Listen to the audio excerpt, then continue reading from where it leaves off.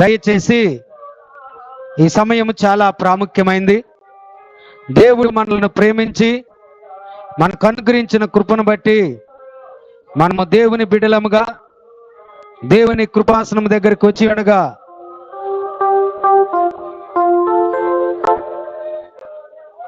మన కుటుంబాల్లో దేవుడు మనకెన్నో మేలు చేశాడు, ఉపకారాలు చేశాడు, ఆరోగ్యపరిచాడు, మందకాల నుండి విడిపించాడు, కఠినమైన పరీక్షలన్నిటి నుండి దేవుడు విమోచించి తన మహాకృప చేత, తన మహా కనికరము చేత మన మీద వాత్సల్యం చూపించాడు. అందుకనే ఈ రోజున మనము దేవుని యొక్క వాక్య భాగంలో నుండి అపోస్తలుడైనటువంటి పౌలు వ్రాసిన మొదటి పత్రిక, పౌలు రాసిన ఫిలిప్పీలకు రాసిన పత్రిక, పౌలు రాసిన ఫిలిప్పీలకు రాసిన పత్రిక మొదటి అధ్యాయము 21వ వచనం చదువుదాం.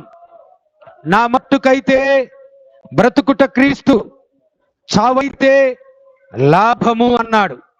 ప్రియమైన దేవుని బిడ్డలారా, ఇదేంటయ్యా జనవరి పండగ తొలి రోజు ఏదో బ్రతుకు చావు అని విధంగా చెప్తున్నారు అని మీరు బాధపడదు. కాపాడిన దేవుని కోసం, బ్రతికించిన దేవుని కోసం శ్రమల నుండి, కష్టాల నుండి, ఇరుకు ఇబ్బందుల నుండి, వ్యాధి బాధల నుండి విడిపించి కృపను అనుగ్రహించిన దేవుని కోసం బ్రతకాలనుకుంటున్నాడు పౌలు భక్తుడు. ప్రియమైన దేవుని బిడ్డారా, దేవుని కోసం బ్రతకాలనుకుంటున్నాడు. దేవుడే నా సర్వం, ఎందుకంటే నన్ను కాచి కాపాడాడు, నన్ను బ్రతికించాడు, నాకు క్షేమమును కలగచేశాడు, మితిలేని ఆశీర్వాదాన్ని ఇచ్చాడంట. ఇప్పటి నుంచి మీరు అందరూ గుర్తుపెట్టుకోవాలి.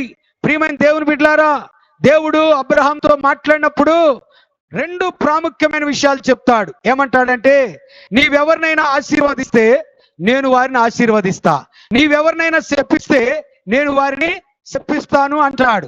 దానికి గల అర్థం ఏంటంటే, దేవుడు మనందరి జీవితాల్లో నోటిలో సృజనాత్మకమైనటువంటి శక్తిని పెట్టాడు.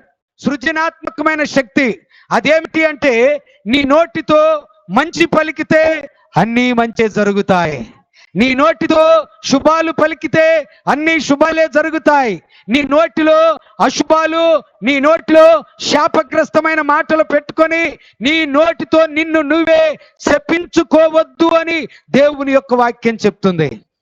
చాలా మంది కష్టాలు వచ్చినప్పుడు, ఇరుకులు వచ్చినప్పుడు, ఇబ్బందులు వచ్చినప్పుడు వారిని వారే శపించుకుంటారు. ఇంటిలో బిడ్డలు చెప్పిన మాట వినలేదంటే వారిని వారే శపించుకుంటూ ఉంటారు, వారి బిడ్డల్ని వారు శపించుకుంటూ ఉంటారు. ప్రియమైన యవనస్తులారా, దేవుడు మీ జీవితాలను ప్రేమించాడు. సామెతల గ్రంథము 3వ అధ్యాయము, సామెతల గ్రంథం 3వ అధ్యాయం 1వ వచనం, నా కుమారుడా నా ఉపదేశమును మరువకుము, నా ఆజ్ఞలను హృదయపూర్వకముగా గైకొనమన్నాడు. అప్పుడు ఏం చేస్తాడంటే, దేవుని దృష్టి ఎదుటేను మానవుల దృష్టి అందును నీవు దయ పొంది మంచివాడి అనిపించుకుంటావు. దేవునికి స్తోత్రం. ఇక్కడ ఉన్నటువంటి ప్రియ దేవుని సంగమా, 2023వ సంవత్సరంలో నీ సాక్ష్యం ఎలాగుంది, నీ ప్రవర్తన ఎలాగుంది? నువ్వు దేవునికి అయిష్టంగా ఉన్నావా, సమాజానికి ఇబ్బందికరంగా ఉన్నావా, కుటుంబానికి దుఃఖకరంగా ఉన్నావా, నీ బిడ్డలని నువ్వు ప్రేమించలేని పరిస్థితి, నీ యొక్క యజమానుని గౌరవించలేని పరిస్థితి, నీ యొక్క తల్లి లాంటి అత్తను గౌరవించలేని పరిస్థితి, నీ యొక్క మరి కుటుంబ సభ్యులలోనే నీ మీద వ్యతిరేకతలు ఉన్నాయా? ఈరోజు ప్రభు నీతో మాట్లాడుతున్నాడు. నీవు దేవుని దృష్టి యందును మానవుల దృష్టి యందును దయ పొందునట్లు భక్తుడైనటువంటి జ్ఞాని అయినటువంటి సొలొమోను అంటున్నాడు, నా ఉపదేశము ఆలకించు. ప్రియమైన దేవుని బిడ్డలారా, ఇందాక చెప్పాను, నిన్ను ఎవరు శపించకుండా ఉండాలంటే, నీ మీద కాని మాటలు పలకకుండా ఉండాలంటే నీ ప్రవర్తనలో మార్పు కావాలి. యేసు ప్రభువారు భూలోకంలో ఉన్నప్పుడు ఒక మాట చెప్తాడు, జనులు నన్ను గూర్చి ఏమనుకొనుచున్నారు అంటాడు. ఏమంటాడు? అందరు చెప్పండి. ఇప్పుడు నా గురించి మీరేమనుకుంటున్నారు? చాలాసేపు చెప్పేటట్టుంది, శల్యం ఎక్కువగా ఉంది, అట్లా అనుకునే అందరు గట్టిగా దేవునికి స్తోత్రం చెప్పండి అనుకుంటారా? ఆసక్తిగానే ఉన్నారా? చూడండి ప్రియమైన దేవుని బిడ్డలారా, జనులు నన్ను గురించి ఏమనుకుంటున్నారంటే, చెడ్డుగా చెప్పుకునే వాళ్ళు ఎంతో మంది ఉన్నారు. ఒక్కొక్కరిని చూసి చెడ్డ మాటలు పలుకుతూ ఉంటారు. బైబిల్లో ఒక యవనస్తుడున్నాడు. ఆయన పేరు ఎబ్బేజు. ఎబ్బేజు అనే మాటకు అర్థం ఏంటంటే వేదన పుత్రుడు. ఆ కొడుకు పుట్టిన తర్వాత ఆ ఇంటిలో అన్ని వేదన లేనట్ట. ఆ కొడుకు పుట్టిన తర్వాత ఆ కుటుంబంలో శోధనలు కలిగాయి. ఆ తల్లి ఆ కొడుకు పుట్టిన తర్వాత తన భర్త చనిపోయాడని ఆ తల్లి ఆ కొడుక్కి వేదన అని పేరు పెట్టుకుంది. వాడి బ్రతుకంతా వేదన, వాడి బ్రతుకంతా దుఃఖము, వాడి బ్రతుకంతా నిట్టూర్పు. అయితే ప్రియమైన దేవుని బిడ్డలారా, ఆ బిడ్డ దేవుని దయ కోసం ఎదురు చూస్తున్నాడు. ఆ బిడ్డను అందరైతే ఒరే దరిద్రుడా, ఒరే వేదన పుత్రుడా, ఒరే మరి పనికి మాలిన వాడా అని మరి చెడ్డ మాటలే పలుకుతున్నారు. అటువంటి సమయంలో ఆ కొడుకు రోజు రోజుకి కుమిలిపోతూ బాధపడుతూ నిట్టూర్పు విడుస్తున్నాడు. నన్నెందరు ఎందుకు ఇలాగ పిలుస్తున్నారు? నా తల్లి నాకెందుకు ఇటువంటి పేరు పెట్టింది? నా తల్లి నన్నెందుకు ఇలాగా ఇట్టి పేరుతో నన్ను పిలుస్తుందని కృంగి కుషించిపోతున్నా ఆ తల్లి ఆ కుమారుడు ఆ తల్లి మీద ఏమీ అనలేక అతడు వచ్చి దేవుని దయ కోసం దేవుని సన్నిధికి వచ్చాడు. స్తోత్రాలు చెప్పండి. ఎక్కడికి వచ్చాడు? ప్రియ దేవుని బిడ్డలారా, యవనస్తులారా, పెద్దలైన వారు, పిల్లలైన వారు అందరికి కూడా మీరు దేవుని దయను ఈ యొక్క 2024 సంవత్సరంలో దేవుని దయ, మనుషుల దయను పొందుకొనినట్లు మీరు మొట్టమొదట చేయాల్సిన పని ఉపదేశమును ఆలకించాలి. ఏం చేయాలి? యవనస్తులు చెప్పండి మీ నోటితో. నీ తండ్రి చేయు బోధయందు లక్ష్యం ఉంచాలంట. ఎక్కడ? ఈనాడు పిల్లల్ని ఎక్కడ మనం హాస్టల్లో పెట్టి చక్కగా చదివిస్తాం, అన్ని విద్యలు నేర్పించడం కోసం లక్షలు డొనేషన్ చేస్తాం, కానీ దేవుని సన్నిధికి నడిపించాం. వారు దేవుని దయను కోల్పోతున్నారు, చెడ్డ అలవాట్లలోనికి వెళ్ళిపోతున్నారు. దినములు చెడిపోయిన దినాలలో బిడ్డలు కాపాడబడాలి అంటే దేవుని యొక్క వాక్యం చెప్తుంది, వారు భూమి మీద దీర్ఘాయుష్మంతులగునట్లు. అక్కడ రాయబడిన మాట, నేను ఎప్పుడైతే ఆజ్ఞలను గైకొంటావో, ఎప్పుడైతే ఉపదేశానికి లోబడతారో, 2వ వచనంలో ఇవి దీర్ఘాయువును సుఖ జీవముతో గడుచు సంవత్సరములను శాంతిని నీకు కలగ చేస్తదంట. దేవుని వాక్యం శ్రద్ధగా వినేవారికి ఆయుష్కాలం పొడిగించబడుద్దంట. సంతోషంగా లేదా ఈ మాట? మరి గట్టిగా స్తోత్రాలు చెప్పండి. ఆయుష్కాలం పొడిగించబడాలా? నీ బిడ్డల ఆయుష్కాలం పెద్దదిగా ఉండాలనుకుంటున్నావా? నీ ఆయుష్కాలం పెద్దదిగా ఉండాలనుకుంటున్నావా? పెద్ద ఆయుష్కాలం ఉన్నా ఉపయోగం లేకపోతే, సమాధానం లేకపోతే, నెమ్మది లేకపోతే ఇబ్బంది. కానీ జ్ఞాని అయిన సొలొమోను అంటున్నాడు, సుఖ జీవముతో గడుచు సంవత్సరాలు దేవుడు నీకు ఇస్తాడట. సుఖ జీవముతో గడుచు సంవత్సరాలు నీకు అనుగ్రహింపబడాలి అంటే దేవుని సన్నిధికి వచ్చి దేవుని ఉపదేశమును ఆలకించాలి, దేవుని వాక్యమునకు చెవియొగ్గాలి. అందుకనే అపోస్తలుడైన పౌలు అంటున్నాడు, నా కోసం ఇంత చేసిన దేవుని కోసం, ఆయన కోసం నేను బ్రతుకుతా, ఆయన కోసం నేను జీవిస్తా. నా మట్టుకు ఆయనే నా జీవం, ఆయనే నా సర్వం. నా బ్రతుకులో ఇన్ని మేలులు చేసిన దేవుడు.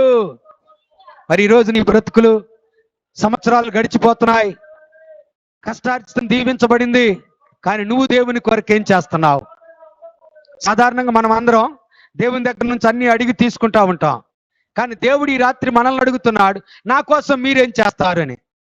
నా కోసం మీరేం చేస్తారు అంటే ఒక్కొక్కరు ఒక్కో రకమైనటువంటి సమాధానాలు ఇస్తుంటారు. కానీ అపోస్తలుడైన పౌలు అంటున్నాడు, నా మట్టుకైతే నీ కొరకే నేను బ్రతుకుతా, నా మట్టుకైతే నీ కొరకే నేను బ్రతుకుతా, నా బ్రతుకు నీ కొరకే ప్రభువా, నా మట్టుకైతే బ్రతుకుట క్రీస్తే అన్నట్టుగా ఈ 2024 సంవత్సరంలో ప్రతి ఒక్కరూ ఇటువంటి తీర్మానంలోనికి రావాలి, ఇటువంటి ప్రతిష్టతలోనికి రావాలి, ఇటువంటి సమర్పణ కలిగిన వారై ఉండాలి. మనము భూమి మీద ఉన్నప్పుడు సుఖ జీవముతో గడుచు సంవత్సరంలో మన మీదకి వస్తున్నట్లుగా నువ్వేం చెయ్యాలి అంటే దేవుని ఉపదేశాన్ని వినాలి. సామెతల గ్రంథం 3వ అధ్యాయం 5వ వచనములు, నీ స్వబుద్ధిని ఆధారము చేసుకొనక నీ పూర్ణ హృదయముతో యెహోవా యందు నమ్మిక ఉంచాలి. ఈ రోజుల్లో చాలా మంది మందిరానికి నడుస్తుంటారు, ప్రార్థనకు వెళ్తుంటారు, కానీ ఏదైనా చెయ్యాలి అనుకుంటే వారి స్వబుద్ధిని ఆధారం చేసుకొని వారి ఇష్టం వచ్చినట్టుగా చేసి ఆ తర్వాత దేవుడిని అంటుంటారు, దేవుడు నాకేం చేశాడు, దేవుడు నన్ను ఏం చూశాడు, నాకు ఎలా చేశాడని. కానీ నీ స్వబుద్ధిని ఆధారం చేసుకోవద్దని వాక్యం చెప్తుంది. ఈరోజు ఇక్కడ ఉన్నటువంటి ప్రియ దేవుని సంగమా, గ్రామస్తులారా, వింటున్న శ్రోతలారా, నీవు నీ స్వబుద్ధిని ఆధారం చేసుకుని నువ్వు కోల్పోయినవన్నీ తిరిగి పొందుకోన్నట్లు నీ స్వబుద్ధిని విడిచిపెట్టు, నీ సొంత ఆలోచన విడిచిపెట్టు. జీవం గల దేవుని ఆలోచన వైపు మనసు మళ్లించాలా? చెప్పండి. జీవం గల దేవుని కొరకై నువ్వు తీర్మానం తీసుకోవాలా? నన్ను బ్రతికించిన నా దేవుడు, నన్ను కాపాడిన నా దేవుడు, నన్ను మేలుతో నింపిన నా దేవుని కొరకు నేను కూడా బ్రతకాలే. నా స్వబుద్ధితో కాదు, నేను దేవునికి నమ్మకస్తుడిగా ఉన్నట్లు దేవుని యొక్క ఉపదేశము ప్రజల మధ్యకి సాక్ష్యపూర్వకంగా తీసుకొని వెళ్ళాలని ఈ 2024 సంవత్సరంలో ప్రతిష్ఠించుకోవాలా? ఏం చేయాలా? ప్రతిష్ఠించుకోవాలా. 3 సార్లు తింటున్నాం, 2 సార్లు ప్రార్థన చేస్తున్నామా? చెప్పండి అందరూ. అలా చేసే వాళ్ళందరూ గట్టిగా దేవునికి స్తోత్రాలు చెప్పండి. ప్రతిరోజు 2 సార్లు ప్రార్థన చేసేవాళ్ళు, 2 సార్లు ప్రార్థన చేసేవాళ్ళు, ఒక్కసారి ప్రార్థన చేసేవాళ్ళు వీళ్ళు ఎక్కువగా ఉన్నారులే. ప్రియమైన దేవుని బిడ్డలారా, దేవుడు నీకు ఆహారం ఇచ్చాడు, ఆయుష్కాలం ఇచ్చాడు, కృపనిచ్చాడు, సంతోషాన్ని ఇచ్చాడు, నెమ్మదినిచ్చాడు, కుటుంబంలో మంచి స్థితిని ఇచ్చాడు. కాబట్టి నువ్వు దేవుని కొరకు ప్రతిష్ఠించుకోవాలి. నా ద్వారా కొందరైన ప్రభువులోనికి రావాలి. అలా రావాలి అంటే నువ్వు దేవుని సన్నిధిలో మోకాటి అనుభవంలోనికి రావాలి. నువ్వు మోకరించి ప్రార్థన చేస్తే దేవుడంట సింహాలను వలన మోస్తాడంట. నువ్వు మోకరించి ప్రార్థన చేస్తే సముద్రాలను ఎండ చేస్తాడంట. నువ్వు మోకరించి ప్రార్థన చేస్తే మాగోగనబడిన ప్రసిద్ధిగాంచిన రాజులను హతమార్చి నీకు జయాన్ని ఇస్తాడు. కానీ నువ్వేం చేయవు? ఊరకు అనుకుంటాం, ప్రార్థన చేయంగానే దేవుడా నాకు ఇజ్జెయ్యి అని అనుకుంటాం, దేవుడు నాకు అజ్జెయ్యి అని అనుకుంటాం, కానీ మోకాళ్ళ మీదకి రాము. ఈరోజు సోమరితనంతో కూడిన భక్తి మనకొద్దు ప్రియులారా. బద్ధకంతో కూడిన భక్తి మనకొద్దు. చురుకైన వారిగా ఉజ్జీవింపబడాలి, ఆసక్తి పరులుగా ఉజ్జీవింపబడాలి, పరిశుద్ధాత్మ శక్తి పొందుకోవాలి. అంతేకాదు 6వ వచనములో నీ ప్రవర్తన ఎంతటి యందు ఆయన అధికారానికి ఒప్పుకోవాలంట. ఎవరి అధికారం? చెప్పండి అందరూ. అమ్మా, ఇవాళ అందరూ కూడా ఎవరికి వాళ్ళే అధికారులు అయిపోయారు. నిజమా కాదా? అధికారులు అయిపోయే 12 ఏళ్ళ లోపల కూడా కుర్చీలే కోరుకుంటారు మందిరంలో. కారణం ఏంటంటే అధికారులు అయిపోయారు. మందిరములో దేవుని అధికారానికి ఒప్పుకోవాలి అందరూ. ఎవరి అధికారానికి? నీ అధికారం కాదు ఇక్కడ కావాల్సింది. నీ ప్రవర్తన అంతట్లో ఆయన అధికారం ఉండాలి, ఆయన చిత్తమేంటో ఉండాలి. ఇజ్రాయేల్ దేశమును పరిపాలన చేసిన రాజు అయినటువంటి 2వ రాజు అయినటువంటి దావీదు దేవుని అధికారాన్ని ఒప్పుకున్నాడు గనుక ఆయన పాడి గొర్రెలు కాసుకునేవాడు ఎక్కడికి వెళ్ళిపోయాడు? ప్రపంచంలోనే అతి మధ్యలో ఉన్నటువంటి ప్రపంచ దేశాలకే అతి నడిబొడ్డు లాంటి ఇశ్రాయేలు దేశములో 12 గోత్రాలను పరిపాలన చేసిన రాజుగా దీవించబడ్డాడు. కాబట్టి మనము దేవుని అధికారానికి ఒప్పుకోవాలి. నేను ఈ రాత్రి మీకు చెప్పాలనుకున్న విషయం ఏంటంటే, అప్పుడు నీ కొట్లలో ధాన్యము సమృద్ధిగా ఉంటుంది. ఆ మాట చూడండి, 10వ వచనంలో ఉంది. అప్పుడు నీ కొట్లలో ధాన్యము సమృద్ధిగా ఉండును, నీ గానుగలలో నుండి కొత్త ద్రాక్షరసము పైకి పొర్లి పారుతాది అని వాక్యం చెప్తుంది. నీవు నీ స్వబుద్ధిని ఆధారం చేసుకుంటే నీ కొట్లలో ధాన్యం ఉండదు, నీ పొలంలో దీవెన ఉండదు, నీ పశువాదులు దీవించబడవు, నీ దుక్కిటెద్దలు దీవించబడవు, నీ పిండి పిసుకు తొట్టి గంప దీవించబడాలంటే, నీ ఇంటిలో గొడ్డుతనము లేకుండా పోవాలి అంటే, నీ బిడ్డలు కలగాలి అంటే, నీ కష్టార్జితము నీవే అనుభవించాలి అంటే వాక్యం చెప్తుంది నీవు ఆయన అధికారానికి ఒప్పుకోవాలి. నీవు ఆయన అధికారానికి ఒప్పుకోవాలి. ఆయన అధికారంలో నీవు ఉన్నావని గుర్తించి, ఆయన ఆకాశం అందున్నాడు, నేను భూమి మీద ఉన్నానని నిన్ను నువ్వు తగ్గించుకొని ఆయన అధికారానికి ఒప్పుకుంటే, అపోస్తులైన పౌలులాగా ప్రతిష్ఠించుకుంటే దేవుడు నీ కొట్లలో ధాన్యాన్ని ఉంచుతాడంట. నీ కొట్లలో ఏముంచుతాడు? వింటున్నారా? అర్థం కావట్లేదా? అర్థం కాని వాళ్ళందరూ దేవునికి స్తోత్రం చెప్పండి. వెనకాల కూడా అర్థం కాలేదా? అర్థమైందా? అర్థం కాలేదా? నీ కొట్లలో ధాన్యం ఉండాలా వద్దా? నువ్వు సమృద్ధి కలిగి ఉండాలనుకుంటున్నావా లేదా? నీవు దేవుని చిత్తానికి అప్పగించుకోవాలి, దేవుని అధికారాన్ని ఒప్పుకోవాలి. ఆయన మన మీద అధికారిగా ఉండి మన ప్రతి అవసరత తీర్చాలని ఐగుప్తు దేశంలో యోసేపును అధికారినిగా చేస్తే దేశం యొక్క కొరత తీరిందే. నీ కొరతలు తీర్చబడినట్లు దేవుని నీవు అధికారిగా పెట్టుకోవాలి, ఆయన నీవు ప్రభువుగా ప్రతిష్ఠించుకోవాలి. అలా చేయాలి అంటే నువ్వు చేసే ప్రతి పనిలో ప్రార్థన పూర్వకంగా ఆయన దగ్గర ప్రార్థన చేసుకొని బయలుదేరాల. ఏం చేయాలమ్మా చెప్పండి అందరూ. చాలా మంది సాక్ష్యం చెబుతాయా, మాకు పలాని తారీఖుల నుంచి ఎగ్జామ్ అయ్యా, ప్రార్థన చేయండి. వాళ్ళు చేయరు. పాస్టర్ గారికి చెబుతుంటారు, పాస్టర్ గారు ప్రార్థన చేయమని. నీకు నువ్వుగా ప్రార్థన చేస్తే దేవుడు నీకోసం మంచి చేయడానికి నీకు జ్ఞానమునిచ్చి, జ్ఞాపక శక్తినిచ్చి, తెలివినిచ్చి, వివేచనిచ్చి, వివేకమిచ్చి, కృపనిచ్చి, ఆశీర్వదించి కంట కుప్పల మీద పడి ఉన్న దీన దరిద్రులను రాజులతోనూ ప్రధానులతోనూ కూర్చుండబెడతాడు. దేవునికి స్తోత్రం, హల్లెలూయా. నిజంగా నేను అతిశయం కాదు, కానీ ఇవాళ యవ్వన బిడ్డలందరూ, ఆత్మీయ బిడ్డలందరూ ఈ రోజును కలుసుకుంటే చాలా సంతోషంగా ఉంది. నా నోట్లోంచి కొన్ని చెప్పాలనుకున్న మాటలు కూడా రావట్లేదు. ఎందుకంటే ఈ విధమైన సందడి, సంబరం ఆశీర్వాదకరమైంది. ఒకప్పుడు ఎక్కడో బలహీనమైనటువంటి స్థితిలో ఉన్నటువంటి నాకు అండగా నిలిచిన యవ్వన బిడ్డలు, దేవునికి స్తోత్రం, నాతో కలిసి ఈ పరిచర్యలో పాలిభాగస్తులుగా ఉన్న యవ్వన బిడ్డలు వారు ఆ అధికారం, దేవుని అధికారాన్ని ఒప్పుకున్నారు. వారు ఈ రోజున గొప్పగా ఉన్నారు, వారు ఈ దినమున ఆశీర్వాదకరంగా ఉన్నారు. వారిని దేవుడు ఆశీర్వదించడానికి గల కారణము ఏంటంట చెప్పొచ్చు. మీరు వాళ్ళ దగ్గరకు పోయి మీరు కనుక్కోవచ్చు, మీరు ఇంత వాళ్ళు ఎలాగయ్యారు అంటే వారు చెప్తారు, పాస్టర్ గారి దగ్గర మేము అణిగి ఎదిగామని. స్తోత్రం చెప్పండి. ఎక్కడున్న యవ్వన బిడ్డల్లో కొన్నిసార్లు నేను కొడతానని చేయి చేసుకున్న అనుభవాలు కూడా ఉన్నాయి. వాళ్ళు దెబ్బలు తిన్నారు కాబట్టి గొప్ప వాళ్ళు అయినరు. ఏమైనరు? అయ్యా నిజమా? చెప్పండి గట్టిగా. నిజంగా విదేశాలకు కూడా చేరుతున్నారు, అనేకమైనటువంటి ప్రదేశాల్లో వాడబడుతున్నారు. ఇదంతటి కారణం, వారు ఆ విధంగా వెళ్ళడానికి గల కారణం ఏంటంటే దేవుని అధికారానికి వాళ్ళు ఒప్పుకున్నారు. స్తోత్రం చెప్పండి. మరి మీలో యవ్వన బిడ్డలు మీరందరూ చదువుకుంటున్నారు, భవిష్యత్తులో మీ ద్వారా సువార్త వ్యాప్తి జరగాలి. మీరందరూ నడుం బిగించి దేవుని పరిచర్య కొరకై మోకాటి అనుభవంతో గెత్సెమనే తోటలో యేసయ్య చెమట గ్రంథుల నుండి రక్తము సవించేంత ప్రార్థన చేసినట్టు ప్రార్థన చేసి యవనస్తులైనటువంటి ప్రియ బిడ్డలు, స్థానిక సంఘ బిడ్డలు, గ్రామస్తులైనటువంటి ప్రియ యవన బిడ్డలు, చదువుకుంటున్న బిడ్డలు, ఈ 2024 సంవత్సరం నుండి మీరు దేవుని అధికారాన్ని ఒప్పుకొని ఏ కారణము చేత మీరు హాస్టల్ నుంచి ఇంటికి వచ్చినా దైవ సేవకుని కలుసుకోవాలనే ఒక తీర్మానంలోకి వస్తే దేవుని బ్లెస్సింగ్స్ మీ మీదకి వచ్చేస్తాయి, దేవుని ఆశీర్వాదాలు మీ మీదకి వస్తాయి. ఎందుకు అంటే ఏలి అనబడినటువంటి దైవజనుడి దగ్గర సమూయేలు ఎదిగాడు. ఎంత తోడయ్యాడండి చెప్పండి? ఆయన క్వాలిఫికేషన్స్ ఏంటి? దీర్ఘదర్శి, ప్రవక్త, యాజకుడు, న్యాయాధిపతి, రాజులను అభిషేకించే కృప పొందినవాడు.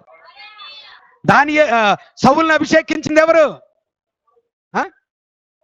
సౌలును అభిషేకించింది ఎవరు? సమూయేలు. దావీదును అభిషేకించింది ఎవరు? అంటే రాజులను అభిషేకించే కృప పొందాడంటే బాల్యము నుంచి భక్తి భావాలతో పెరిగాడు. ఈ ముసలి వాళ్ళు వయసు అయిపోయింది, వాళ్ళు ఇప్పుడు పాడమన్నా పాడలేరు, ఆడమన్నా ఆడలేరు. అవునా? అని మిమ్మల్ని తక్కువ చేయట్లేదు. మీరు బలంగా ప్రార్థన చేయాలి సేవకుల కోసం, మీరు బలంగా యవ్వన బిడ్డల కోసం, స్థానిక సంఘ బిడ్డల కోసం, గ్రామం కోసం, దేశం కోసం మీరు ప్రార్థన చేయాలి. యవ్వన బిడ్డలైనటువంటి వాళ్ళు 2024 సంవత్సరంలో ప్రతిసారి ఎక్కడ హాస్టల్ నుంచి ఇంటికి వచ్చినా నీ ఇంటి వారిని దర్శించే దానికంటే ముందుగా సేవకుని దర్శించే లక్షణాలు పెట్టుకోవాలా. అప్పుడు నీ కొట్లలో ధాన్యం సమృద్ధిగా ఉంటుంది. ఎక్కడుంటది? అందరు చెప్పండి. కొట్లలో ధాన్యం ఉండాలా, ఇంట్లో కోట్లాట్లు ఉండాలా? కొట్లలో ధాన్యం సమృద్ధిగా ఉండాలంటే దైవజనులు శుభవచనాలు పలుకుతారు, దైవజనులు ఆశీర్వాదపు వచనాలు ఇస్తారు. కనుక సేవకుని దగ్గరికి వచ్చేసి ప్రార్థన చేయించుకొని బ్లెస్సింగ్స్ తీసుకుంటే అది మీకు ఏమవుతుంది? మీ మీద నుండి మీ బిడ్డల మీదకి దిగి వస్తుందట. రేపు మీరు పెద్దవాళ్ళై పెళ్లిళ్ళు చేసుకొని మీరు బిడ్డల్ని కలిగినప్పుడు ఆ బిడ్డల మీద కూడా ఆ కృప దిగి వస్తుందంట. అలా రావాలి అంటే ఇక్కడ ఉన్న వాళ్ళందరూ యవ్వన బిడ్డలు, చదువుకునే బిడ్డలు ప్రతిరోజు సేవకుడి కోసం ప్రార్థన చేయాలి. సేవకుడికి దగ్గరికి రావడం, ఆయన ద్వారా సందేశాలు వినడం నేర్చుకోవాలి. అంతేకాదు ఈ పరిచర్యల అభివృద్ధి కొరకు ఇప్పటి వరకు ఎంతో మంది సహాయ సహకారాలు బట్టి ఈ పరిచర్య నిలబడుతూ వచ్చింది. నిలబెట్టింది దేవునికి స్తోత్రం. సహకరించిన అందరిని బట్టి మీకు స్తోత్రం. కాబట్టి నేను ఈరోజు చెప్పాలనుకున్న విషయం ఏంటంటే 2024లో నువ్వు ప్రభు కొరకు పనిచేసే బిడ్డగా మారాలి. ప్రభు వలన ఇప్పటిదాకా ఎన్నో మేలు ఉపకారాలు పొందుకున్నాం. చూడండి, మనం బాగా గమనించినట్లయితే ప్రభు కోసం పని చేయాలంటే మొట్టమొదట నీ సమయాన్ని దేవునికి ఇవ్వాలా. ఏమి ఇవ్వాలా చెప్పండి అందరూ? సమయం. దేవుని సన్నిధిలో ఎంత సమయం గడుపుతున్నావు? దేవుని దగ్గర ప్రార్థన చేస్తున్నావా? చెప్పండి. ఈ రోజుల్లో చాలా మంది ప్రార్థన తక్కువైంది, పనికి మళ్ళీ ముచ్చట్లు ఎక్కువైపోయినాయి. వాక్యం వింటారా అంటే వినే దానిలో బలహీనత ఎక్కడ దొరుకుద్దా అని దోలాడుకుంటారే కానీ మిగతా 100 మాటల్లో ఒకవేళ దైవ సేవకుడు ఎక్కడైనా ఒక మాట మరి తొందరపడితే దాన్ని పట్టుకొని ఊగులాడతారు. కానీ మిగతా 99 మాటలు నన్ను బలపరుస్తున్నాయి, 99 మాటలు నా జీవితం కొరకు దేవుడు ఇచ్చాడు అనుకుంటే వారికి ఆశీర్వాదం వస్తుంది. 2024లో యవ్వన బిడ్డలకు ఈ గ్రామం తరపున పరిశుద్ధాత్మ దేవుడు మాట్లాడుతున్నాడు. ఇక్కడ కాలేజీలకి స్కూళ్ళకి వెళ్ళి చదువుకునే వాళ్ళు ఎంతమంది కుడి చేతులు ఎత్తండి. మా ముసలాం కూడా ఎత్తుతుంది, ఆమెకేం అర్థమైందో కానీ. దేవునికి స్తోత్రం కలుగును గాక. మీరు మీ యొక్క ఆత్మీయ జీవితంలో బలపడాలి అంటే గ్లోరీ జీసస్ ప్రేయర్ టెంపుల్ అనే యూట్యూబ్ ఛానల్లో ప్రతిరోజు వాక్యం వస్తుంది. ప్రతిరోజు వాక్యం వస్తుంది. మరొకసారి చెప్తున్నాను, గ్లోరీ జీసస్ ప్రేయర్ టెంపుల్. ఈ ఛానల్ అంటే మరి మన ఇంట్లో పెట్టలేదని వినోద్ కాడికి పోయారు. దేవునికి స్తోత్రం కలుగును గాక. హల్లెలూయా. ఇది యూట్యూబ్ ఛానల్. దీనిలో దేవుని వాక్యం రెగ్యులర్ గా వస్తుంది. ఈ వాక్యాలు మీరు వినాలి. దైవ సేవకునికి ఇంకా అండగా సూచనలు సలహాలు ఇస్తూ సేవను ప్రోత్సహించాలి. అలాంటప్పుడు మీ బిడ్డల్ని కూడా దేవుడు ఇంకా వర్ధిల్ల చేస్తాడు. యవనస్తులైనటువంటి వారిని ఆశీర్వదిస్తాడు. భవిష్యత్తులో మీ కొరకు దాచి ఉంచిన మేలులు, రహస్యములో దాచబడిన ధన నిధులను తీసుకొస్తాడు. రాజులను పోషణకర్తగా, రాణీలను పాలిచ్చు దాదీలుగా మారుస్తాడు. కాబట్టి గమనించండి, మీరు యవ్వనస్తులు ఎవ్వరు ఏమి ఇబ్బంది పడని అవసరం లేదు. సేవకుడి నెంబర్ని తీసుకొని మీరు ఏ సమయంలోనైనా సరే మీరు ఫోన్ చేసి ప్రార్థన చేయించుకోండి. మీరు ప్రార్థన ఎక్కువగా ఇష్టపడండి, దేవుడు మిమ్మల్ని ఇష్టపడతాడు, మీరు వర్ధిల్లుతారు. మీరు ఆ విధంగా కృప పొందాలని మిమ్మల్ని అందరినీ నేను హృదయపూర్వకంగా ఆశీర్వదిస్తూ నా మాటలు ముగిస్తున్నాను. దేవుడు దీవించును గాక. ఆమేన్. ఇప్పుడు స్క్రిప్ట్ ఉంది.